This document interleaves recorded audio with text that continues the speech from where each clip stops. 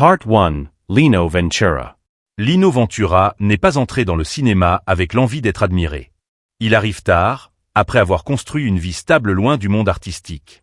Avant les plateaux, il connaît le travail ordinaire, la discipline, les responsabilités concrètes. Le métier d'acteur n'est jamais pour lui un rêve de reconnaissance. C'est une activité professionnelle, avec des règles claires et des limites strictes. Ventura refuse très tôt les codes de la célébrité. Il ne fréquente pas les soirées mondaines, évite les avant-premières et se tient à distance des cercles médiatiques. Il ne cherche pas à séduire la presse. Son nom apparaît rarement dans les journaux à sensation, non par stratégie, mais par absence totale de collaboration. Il ne parle pas de sa vie privée. Il ne se confie pas. Lorsqu'il accepte une interview, il se limite au travail, aux faits, au film terminé. La famille reste prioritaire. Ventura refuse des rôles lorsque les calendriers de tournage empiètent sur sa vie personnelle. Cette position est connue des producteurs. Certains s'adaptent. D'autres insistent. Ventura se retire sans négociation inutile. Il préfère perdre un rôle que sacrifier un équilibre déjà construit. Cette logique ne varie jamais, même au sommet de sa popularité. Dans les années 70, ses films attirent un public massif et génèrent des succès commerciaux importants. Pourtant, il apparaît très peu à la télévision. À une époque où beaucoup d'acteurs multiplient les passages pour rester visibles, Ventura disparaît volontairement des écrans hors cinéma. Il considère la télévision comme un espace qui affaiblit le travail de l'acteur en le transformant en personnage public permanent. Il choisit le retrait plutôt que l'exposition. Pour lui, la notoriété n'est ni une récompense ni un objectif. Elle est une conséquence involontaire d'un travail bien exécuté. Elle n'influence pas ses choix. Ventura lit les scénarios pour la solidité du personnage et la cohérence de l'histoire.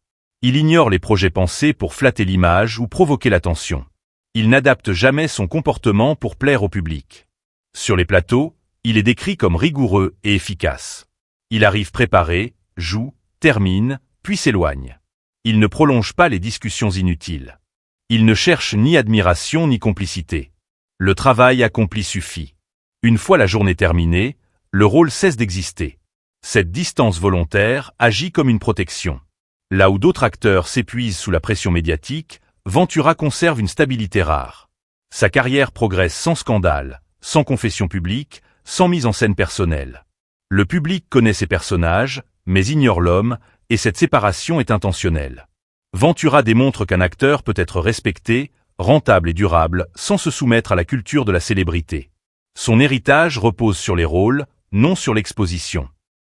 Il reste constant jusqu'au bout, fidèle à une vision simple du métier. Certains y voient une force silencieuse, d'autres une froideur assumée, et ce contraste alimente encore aujourd'hui des lectures opposées de son parcours. Dans la prochaine partie, un autre acteur des mêmes années révélera une relation à la célébrité tout aussi conflictuelle, mais façonnée par des tensions très différentes. Part 2. Michel Piccoli. Michel Piccoli entretient très tôt une relation méfiante avec la notoriété. Il comprend rapidement que la célébrité peut enfermer un acteur dans une image simple, rassurante, facile à consommer. Il choisit donc l'inverse. Piccoli accepte des rôles complexes, ambigus, parfois inconfortables, qui brouillantent la perception du public. Il incarne des hommes instables, contradictoires, moralement discutables. Ses choix ne cherchent pas l'adhésion. Ils provoquent la réflexion. Son image devient volontairement difficile à saisir. Piccoli ne cherche pas à être aimé. Il ne construit pas de persona accessible. Il préfère être compris ou rejeté, plutôt que simplifié. Cette attitude crée une distance avec une partie du public, mais elle lui permet de préserver une liberté artistique rare. Il considère cette distance comme nécessaire pour continuer à travailler honnêtement. Piccoli participe peu aux campagnes promotionnelles classiques. Il accepte la visibilité minimale liée à la sortie d'un film, puis se retire. Il ne multiplie pas les passages télévisés. Il évite les plateaux où l'acteur est sommé de commenter sa vie ou de se répéter. Pour lui, la parole publique doit rester utile. Lorsqu'elle devient décorative, il s'en détourne. Il conçoit le cinéma comme un espace de travail intellectuel. Un lieu où l'acteur analyse, propose, confronte des idées à travers les personnages. Pas un espace destiné à fabriquer des figures admirables. Piccoli insiste souvent sur le fait que le jeu d'acteur n'est pas une exhibition, mais une recherche. Cette recherche exige du temps, du silence et une certaine invisibilité hors écran. Dans plusieurs entretiens, il exprime son inquiétude face à la transformation de l'artiste en produit. Il critique un système qui réduit l'acteur à une marque reconnaissable, facile à vendre, facile à remplacer. Selon lui, cette logique pousse les interprètes à se répéter, à lisser leurs choix, à éviter le risque. Piccoli voit dans cette évolution une menace directe pour la création. Il refuse de se conformer à l'idée d'une carrière ascendante dictée par la popularité. Il accepte des films exigeants, parfois moins visibles, parfois mal compris à leur sortie. Il privilégie la cohérence intérieure plutôt que l'impact immédiat. Ce positionnement lui coûte parfois en termes de succès grand public, mais il assume pleinement. Sur les tournages, Piccoli est connu pour son sérieux et son engagement intellectuel. Il discute longuement avec les réalisateurs, interroge le sens des scènes, la logique des personnages. Il ne se contente pas d'exécuter. Cette exigence renforce son image d'acteur exigeant, parfois jugé distant, mais toujours respecté. Avec le temps, cette méfiance envers la célébrité devient une ligne de conduite constante.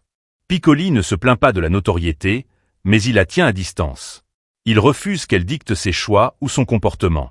Il préfère rester un artisan de cinéma plutôt qu'une figure publique permanente. Certains spectateurs admirent cette rigueur, d'autres l'aperçoivent comme une forme de retrait, et cette divergence nourrit encore le débat autour de sa place dans le cinéma français. La prochaine partie montrera comment un autre acteur de la même époque a vécu ce rejet de la célébrité de manière plus intime et plus douloureuse. Part 3. Philippe Noiret. Philippe Noiret occupe une place centrale dans le cinéma français des années 70 sans jamais chercher à devenir une figure adulée. Sa voix reconnaissable, sa silhouette familière et sa présence à l'écran le rendent immédiatement identifiable, mais lui-même refuse toute logique de culte personnel. Il mène une vie discrète, loin des cercles mondains, sans stratégie d'image ni mise en scène publique. Noiret ne se comporte pas comme une vedette. Il ne cherche pas à séduire le public en dehors de ses rôles. Il évite les apparitions inutiles, limite ses interventions médiatiques et ne s'expose pas dans les espaces où l'acteur devient personnage social. Cette tenue n'est pas une posture. Elle correspond à sa conception du métier. Pour lui, l'acteur n'existe que dans le film. En dehors, il n'a rien à prouver. Le choix des scénarios illustre cette position. Noiret privilégie la qualité de l'écriture, la densité humaine des personnages, la cohérence du récit. Il accepte des rôles modestes en apparence, parfois secondaires, dès lors qu'il offre une vraie matière de jeu. Il refuse les projets construits uniquement pour créer de l'événement ou renforcer une popularité déjà acquise. La notoriété ne constitue jamais un critère de décision. Cette approche explique la diversité de sa filmographie durant cette période. Il passe d'un registre à l'autre sans chercher à consolider une image précise. Il joue des hommes ordinaires, des figures fatiguées, ironiques, fragiles ou désabusées. Ces personnages n'ont rien d'héroïque. Ils ressemblent à des individus réels. Noiret considère cette proximité comme plus importante que toute fascination. Il exprime clairement son point de vue sur la place de l'acteur. Selon lui, le public doit se souvenir des rôles, pas de la vie privée. Il estime que l'intérêt excessif pour l'intimité des comédiens affaiblit le cinéma en détournant l'attention de l'essentiel. L'œuvre doit rester au centre. L'acteur n'est qu'un intermédiaire entre le texte et le spectateur. Dans ses rares prises de parole, Noiret se montre simple et direct. Il parle du travail, jamais de lui-même. Il refuse de transformer son parcours en récit exemplaire. Il ne se présente ni comme modèle ni comme figure à admirer. Cette modestie renforce paradoxalement son crédit auprès de ses pairs, qui voient en lui un professionnel fiable, constant et respectueux du collectif. Sur les plateaux, Noiret est apprécié pour son sérieux et son calme. Il ne cherche pas à dominer l'espace. Il s'intègre au projet, s'adapte au rythme du tournage et soutient les autres acteurs. Cette attitude contraste avec l'idée traditionnelle de la star centrale. Il préfère la solidité du groupe à la mise en avant individuelle. Cette distance volontaire vis-à-vis de la célébrité permet à Noiret de traverser les décennies sans rupture ni scandale. Il construit une carrière longue, cohérente, fondée sur le contenu plutôt que sur l'exposition. Le public reconnaît sa voix, son regard, sa justesse, sans jamais avoir l'impression de connaître l'homme derrière l'acteur. Certains y voient une élégance discrète, d'autres une forme d'effacement assumé, et cette différence de perception continue d'alimenter les discussions autour de son héritage. Dans la prochaine partie, un autre acteur montrera que le rejet de la célébrité peut aussi naître d'un rapport plus instable et plus conflictuel à soi-même. Part 4. Jean-Pierre Laude. Jean-Pierre Léaud devient célèbre très jeune et se retrouve rapidement associé à une image qui le dépasse. Il incarne une génération, un mouvement, une rupture esthétique. Cette reconnaissance arrive avant qu'il ait le temps de construire une identité personnelle solide. Très tôt, un décalage s'installe entre ce que le public projette sur lui et ce qu'il est réellement. La célébrité ne lui apporte ni confort ni sécurité. Elle crée une tension permanente. Léo ne se reconnaît pas dans le rôle d'icône. Il supporte mal l'attention constante, les attentes extérieures, les interprétations figées. Plus son visage devient familier, plus il se replie.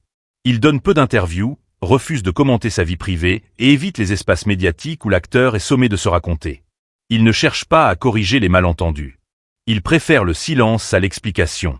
Il se tient à l'écart des stratégies de promotion. Les campagnes publiques l'intéressent peu. Il n'utilise pas la télévision pour entretenir sa visibilité. Il apparaît lorsque le travail l'exige, puis disparaît. Cette absence n'est pas calculée. Elle correspond à un besoin de protection. Léo ne souhaite pas être accessible. Il veut rester disponible uniquement pour le jeu. Son mode de vie reflète cette position. Il vit simplement, sans signes extérieurs de réussite. Il ne transforme pas sa notoriété en capital social. Il ne cherche ni influence ni reconnaissance institutionnelle. Il concentre son énergie sur le travail, souvent avec les mêmes réalisateurs, dans un cadre familier et maîtrisé. Cette fidélité lui permet de continuer à explorer des variations du même personnage sans pression extérieure. La relation avec ses metteurs en scène est centrale. Léo s'inscrit dans une continuité artistique plutôt que dans une carrière ascendante. Il accepte de se répéter, de se transformer lentement, de vieillir à l'écran sans masque. Ce choix renforce l'idée d'un acteur enfermé dans une figure, mais il l'assume. Il préfère cette cohérence à la dispersion imposée par le marché. La célébrité agit sur lui comme une contrainte. Elle fige une image alors que son travail repose sur le mouvement et l'incertitude. Léo exprime à plusieurs reprises le sentiment d'être prisonnier d'un regard extérieur qui refuse d'évoluer. Cette fixation rend la reconnaissance inconfortable. Il ne la vit pas comme un accomplissement, mais comme une réduction. Il ne rejette pas le public, mais il refuse la familiarité. Il ne cherche pas l'amour collectif. Il accepte d'être observé sans chercher à être compris. Cette posture crée une distance durable, parfois interprétée comme une étrangeté, parfois comme une intégrité rare. Avec le temps, cette relation conflictuelle à la célébrité devient une composante de son parcours. Léo ne la combat pas ouvertement. Il la contourne. Il continue à jouer, à travailler, à exister dans l'espace restreint qu'il s'est choisi. La figure publique reste figée. L'homme, lui, avance ailleurs. Pour certains spectateurs, cette attitude renforce le mystère, pour d'autres elle accentue le malaise, et cette division persiste encore aujourd'hui. Dans la prochaine partie, la célébrité ne sera plus vécue comme une contrainte silencieuse, mais comme une pression directe aux conséquences beaucoup plus visibles. Part 5. Patrick DeWare. Patrick DeWare connaît une ascension rapide qui transforme brutalement son quotidien. Le succès arrive sans transition, accompagné d'une attention médiatique constante. Très vite, son visage devient familier, sa présence attendue, ses choix commentés. Cette exposition ne lui offre aucun sentiment de maîtrise. Elle agit comme une pression continue qui réduit ses marges de respiration. DeWare ne se reconnaît pas dans l'image que la presse tente de construire. Il refuse le rôle de jeune acteur séduisant et accessible. Il se montre souvent agacé par les interviews superficielles, par les questions répétitives, par l'insistance sur sa vie personnelle. À plusieurs reprises, il exprime publiquement son malaise face aux journalistes. Il leur reproche de simplifier son travail et de transformer ses fragilités en spectacle. La curiosité autour de son intimité devient envahissante. Chaque geste est interprété, chaque relation commentée. Cette intrusion constante brouille la frontière entre l'homme et l'acteur. DeWare vit cette confusion comme une violence. Il ne parvient pas à se protéger derrière un masque social. Là où d'autres adoptent une posture maîtrisée, lui réagit à vif. Cette sincérité le rend plus exposé encore. La célébrité accentue ses tensions intérieures. Elle amplifie les doutes, renforce les contradictions, accélère les phases de repli. Les attentes du public pèsent sur ses choix professionnels. Il sent qu'on attend de lui une répétition, une continuité, une image stable. Or son jeu repose sur l'instabilité, sur la faille, sur le déséquilibre. Cette incompatibilité crée un conflit permanent. DeWare continue pourtant à accepter des rôles exigeants, parfois sombres, souvent inconfortables. Il ne cherche pas à apaiser son image. Il s'enfonce dans des personnages proches de ses propres tourments. Cette proximité renforce la confusion entre la fiction et la réalité aux yeux du public. Les médias exploitent ce parallèle, ce qui accentue encore la pression. Son rapport à la presse se dégrade avec le temps. Les échanges deviennent tendus, parfois hostiles. Il accuse les journalistes de ne pas respecter les limites, de réduire l'acteur à un cas, à une figure instable. Cette défiance isole davantage DeWaer. Il se sent incompris, utilisé, enfermé dans un récit qui lui échappe. Dans les dernières années, la célébrité ne fonctionne plus comme un soutien professionnel, mais comme un poids supplémentaire. Elle n'offre ni reconnaissance apaisante, ni sécurité. Elle expose sans protéger. Elle éclaire sans réchauffer. DeWaer continue de travailler, mais le cadre autour de lui devient de plus en plus étroit. Son parcours illustre la face la plus brutale de la notoriété. Une reconnaissance rapide, sans filtre, sans accompagnement, peut fragiliser au lieu de renforcer. Chez DeWaer, le succès n'a jamais compensé le sentiment de perte de contrôle. Il l'a souvent aggravé. Certains spectateurs voient dans cette trajectoire une intensité rare, d'autres une souffrance rendue visible par l'exposition, et cette lecture opposée continue de diviser. Dans la prochaine partie, la célébrité sera affrontée avec un détachement radical, presque silencieux, par un acteur qui choisira l'effacement plutôt que le combat. Par ci, Bruno Kremer. Bruno Kremer construit toute sa carrière sur une séparation nette entre le travail et la vie privée. Il protège cet espace avec constance. Il évite les avant-premières tapageuses, refuse les soirées mondaines et se tient à distance du journalisme de divertissement.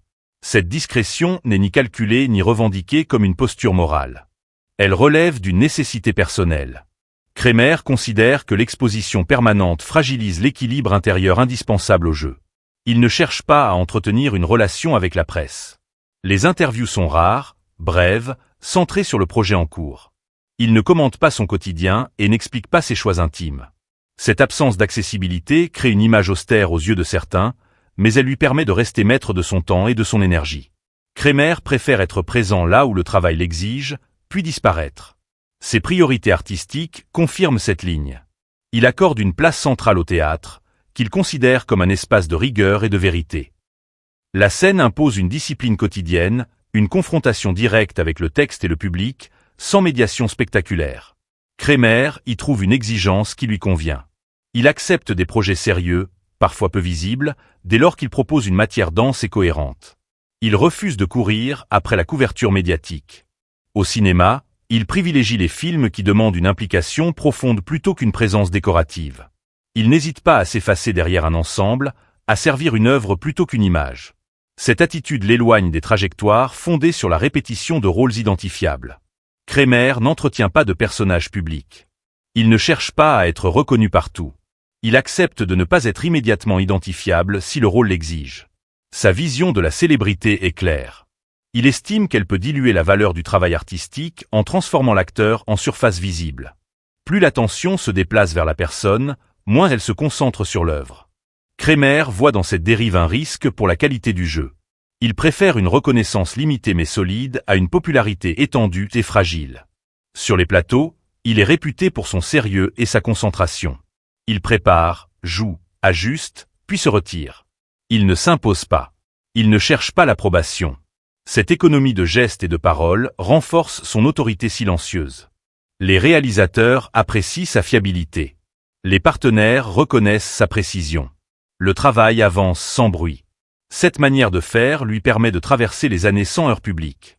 Il ne connaît ni emballement médiatique ni rejet spectaculaire. Sa carrière progresse par paliers discrets, fondés sur la constance. Le public découvre des personnages, non une personnalité. Cette distinction demeure intacte. Kremer démontre qu'un acteur peut exister pleinement sans se livrer. Il rappelle que la valeur d'un rôle ne dépend pas de l'écho médiatique, mais de la justesse de l'interprétation. Cette conviction guide chacun de ses choix, sans concession. Certains spectateurs perçoivent cette réserve comme une force tranquille, d'autres comme une distance difficile à franchir, et cette différence d'appréciation nourrit encore les échanges autour de son parcours. Dans la prochaine partie, un acteur bien plus exposé montrera comment la notoriété peut devenir un poids ancien, accumulé sur toute une vie. Part 7. Gene Gabin. Jean Gabin traverse les années 70 avec le poids d'une légende déjà installée. À cette période, il n'a plus rien à prouver. Son visage incarne une certaine idée de la France, du cinéma populaire, de l'autorité masculine. Pourtant, derrière cette image solide, la lassitude est visible. Gabin supporte de plus en plus mal le rôle de monument national que le public et les médias lui imposent. Il ne cherche plus l'adhésion. Il ne joue plus le jeu de la séduction. Ses interventions publiques sont rares et souvent abruptes. Gabin exprime sans détour son agacement face à la presse. Il critique la curiosité incessante des journalistes, leur besoin de commenter sa vie, ses habitudes, son âge. Il estime que cette attention permanente n'a aucun lien avec le travail d'acteur. Elle lui apparaît comme une intrusion inutile. Cette méfiance n'est pas nouvelle. Elle s'est construite très tôt. Dès sa jeunesse, Gabin comprend que la notoriété peut devenir envahissante. Le succès fulgurant de ses débuts l'expose brutalement. Il apprend vite que la reconnaissance du public s'accompagne d'une perte de liberté. Avec les années, ce sentiment ne disparaît pas. Il s'accumule. Dans les années 70, il devient une fatigue ancienne, presque résignée. Gabin ne se perçoit pas comme un symbole. Il refuse cette lecture. Il se voit comme un professionnel qui a travaillé, encore et encore, sans chercher à représenter qui que ce soit. Le regard admiratif du public ne le rassure pas. Il l'éloigne. Plus on le célèbre, plus il se ferme. Cette distance se lit dans ses prises de parole, souvent sèches, parfois ironiques. Il reproche aux médias de figer son image. On attend de lui une posture, une voix, une attitude immuable. Orgaben vielet, change, asi fatigue. La célébrité ne lui laisse pas cette marge d'évolution. Elle exige une continuité qui ne correspond plus à son état intérieur. Cette contradiction renforce son rejet du spectacle médiatique. Sur les tournages, il reste professionnel, précis, efficace. Il connaît son métier. Il arrive préparé. Il n'a plus besoin de démonstration. Mais il refuse toute glorification inutile. Il n'aime pas les hommages excessifs, ni les rappels constants de son statut. Il souhaite être traité comme un acteur parmi d'autres, même si cette demande reste souvent ignorée. La célébrité, pour Gabin, n'a jamais été un moteur. Elle s'est imposée à lui, puis s'est prolongée sans jamais s'alléger. Dans ces dernières années, elle ressemble moins à une récompense qu'à une charge. Une image trop lourde, trop stable, impossible à déposer. Il la porte sans enthousiasme, par habitude plus que par choix. Son parcours montre que la reconnaissance durable peut devenir une forme d'enfermement. Être connu trop longtemps, trop fortement, laisse peu d'espace pour l'individu.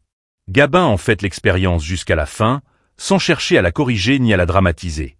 Pour certains, cette rudesse tardive renforce la sincérité du personnage, pour d'autres elle révèle un épuisement rarement montré, et cette divergence continue d'alimenter les discussions. Dans la prochaine partie, un acteur plus jeune montrera comment cette même notoriété peut être vécue non comme une usure lente, mais comme une contradiction permanente dès les débuts.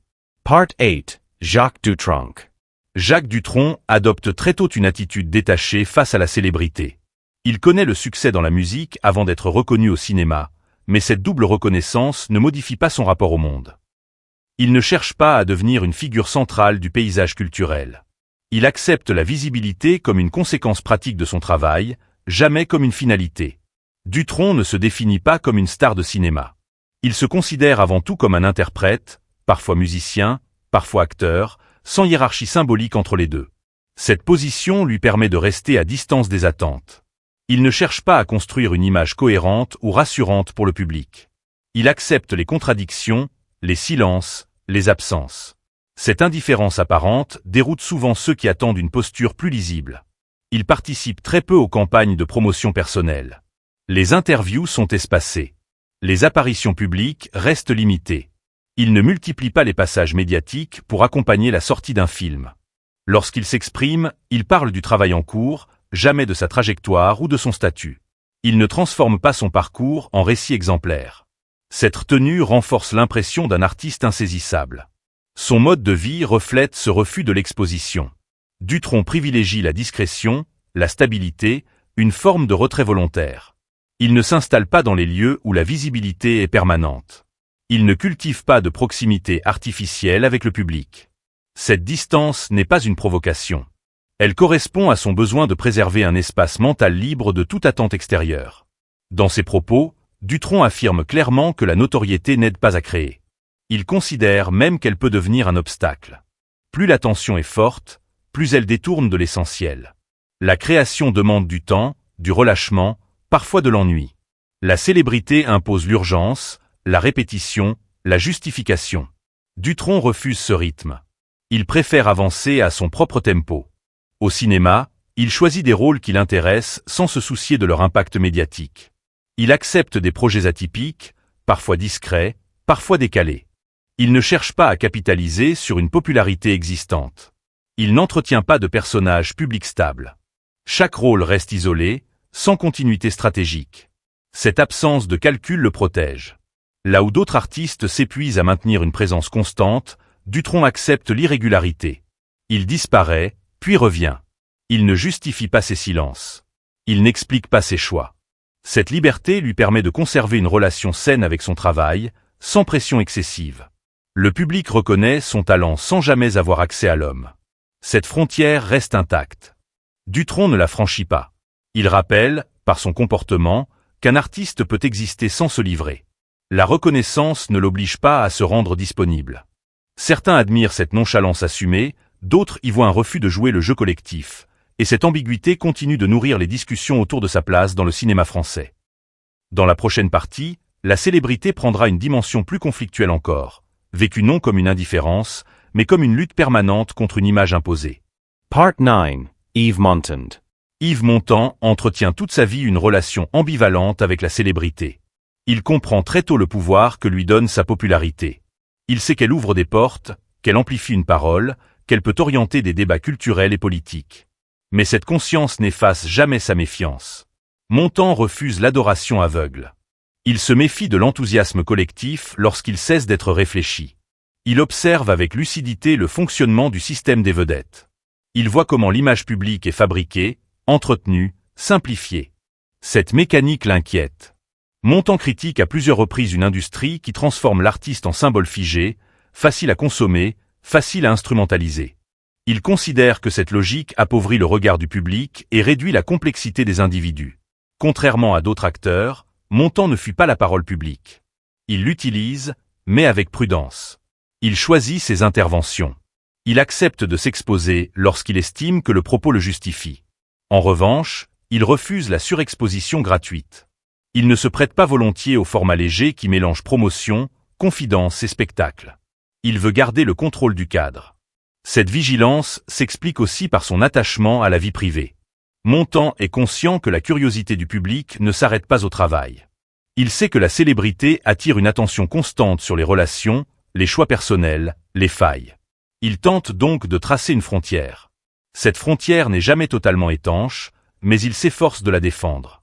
Il critique ouvertement la presse lorsqu'elle franchit certaines limites. Il dénonce le sensationnalisme et la réduction des parcours à des récits simplistes. Pour Montand, l'acteur n'est pas un personnage public permanent. Il est un individu qui travaille, doute, évolue. La médiatisation excessive empêche cette évolution. Elle impose une cohérence artificielle. Dans sa carrière, Montand cherche à diversifier ses rôles pour éviter l'enfermement. Il passe du chant au cinéma, du drame à la comédie, du film populaire à des projets plus engagés. Cette variété n'est pas une stratégie de visibilité. Elle répond à un besoin de mouvement.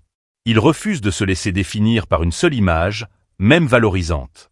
Il sait pourtant que la célébrité ne peut être entièrement maîtrisée. Elle produit ses propres effets, indépendamment de la volonté de celui qui la porte. Montand l'accepte sans naïveté. Il avance avec cette contrainte, en tentant de limiter ses excès. Il ne rejette pas le public, mais il refuse la confusion entre admiration et appropriation. Avec le temps, cette relation devient plus réfléchie, plus politique. Montand utilise sa notoriété pour soutenir certaines causes, mais il reste attentif aux dérives possibles. Il ne veut pas être réduit à une voix symbolique. Il insiste sur la responsabilité qui accompagne la visibilité. Cette responsabilité suppose de ne pas céder à la facilité. Son parcours montre qu'il est possible d'exister dans la lumière sans s'y abandonner complètement. Montand ne se protège pas par le retrait, mais par le contrôle. Il avance en équilibre, conscient des risques, sans renoncer à sa place. Certains spectateurs admirent cette maîtrise, d'autres y voient une tension permanente difficile à soutenir, et cette lecture opposée continue de nourrir les échanges. Dans la prochaine partie, cette tension atteindra une forme plus brute encore, chez un acteur pour qui la célébrité devient à la fois un outil indispensable et une source constante de rejet. Part 10. Gérard Depardieu. Gérard Depardieu s'impose très rapidement au début des années 70. Sa présence à l'écran frappe immédiatement. Les rôles s'enchaînent, les propositions affluent, la reconnaissance arrive sans délai. Depardieu saisit ses opportunités sans hésiter. Il travaille beaucoup, accepte des projets variés et s'installe comme une figure incontournable de sa génération. Mais cette ascension fulgurante s'accompagne presque aussitôt d'un malaise visible. Il supporte mal l'attention constante qui entoure son nom. La presse s'intéresse autant à l'homme qu'au film. Les journalistes scrutant son apparence, ses habitudes, ses excès supposés. Depardieu reagit frontalement. Il critique ouvertement les médias, leur manière de réduire un acteur à des anecdotes et à des formules faciles. Il dénonce l'intrusion dans la sphère privée et refuse de jouer le rôle attendu de la personnalité reconnaissante. Cette hostilité n'est pas dissimulée. Depardieu exprime son agacement dans des entretiens directs, parfois abrupts. Il reproche à la presse de confondre curiosité et information. Il refuse de commenter sa vie personnelle et rejette l'idée que la notoriété donne un droit de regard sur l'intime. Cette attitude alimente les tensions et renforce son image d'acteur difficile, imprévisible, incontrôlable. Pourtant, il ne peut pas se passer de la célébrité. Elle est un levier professionnel. Elle lui permet d'imposer des choix, d'obtenir des rôles ambitieux, de travailler avec des réalisateurs exigeants. Depardieu en est conscient. Il utilise cette visibilité pour avancer, tout en la rejetant sur le plan personnel. Cette contradiction structure toute sa relation au succès. Il refuse de se conformer aux attentes associées à son statut. Il ne cherche pas à stabiliser une image rassurante. Il accepte des personnages excessifs, violents, fragiles, parfois dérangeants. Ses choix renforcent sa réputation, mais compliquent encore sa relation avec le public et les médias. Plus il devient célèbre, plus il s'éloigne des codes de la célébrité. La frontière entre l'acteur et l'homme devient floue aux yeux du public. Depardieu s'en agace. Il considère que cette confusion empêche de juger le travail pour ce qu'il est. Il refuse la simplification. Il ne cherche ni justification ni apaisement. Il avance dans le conflit, convaincu que la création passe par le désordre. Cette tension ne se résout pas avec le temps. Elle s'installe durablement. Depardieu continue à travailler intensément, tout en exprimant un rejet constant de l'exposition médiatique. Il accepte les bénéfices de la notoriété, sans jamais en accepter les règles implicites. Cette position crée un rapport instable, parfois explosif, mais cohérent avec son tempérament. Son parcours montre que la célébrité peut être à la fois un outil indispensable et une source de rejet profond. Chez Depardieu, elle n'est ni assumée ni refusée totalement. Elle est affrontée. Cette confrontation permanente devient une composante de son identité publique qu'il ne cherche pas à corriger. Certains spectateurs perçoivent cette attitude comme une sincérité brute, d'autres comme une incapacité à composer avec le regard extérieur, et cette opposition continue d'alimenter les discussions autour de sa trajectoire. Dans la suite, ces parcours mis bout à bout dessineront un portrait collectif où la célébrité apparaît moins comme une récompense que comme une contrainte durable.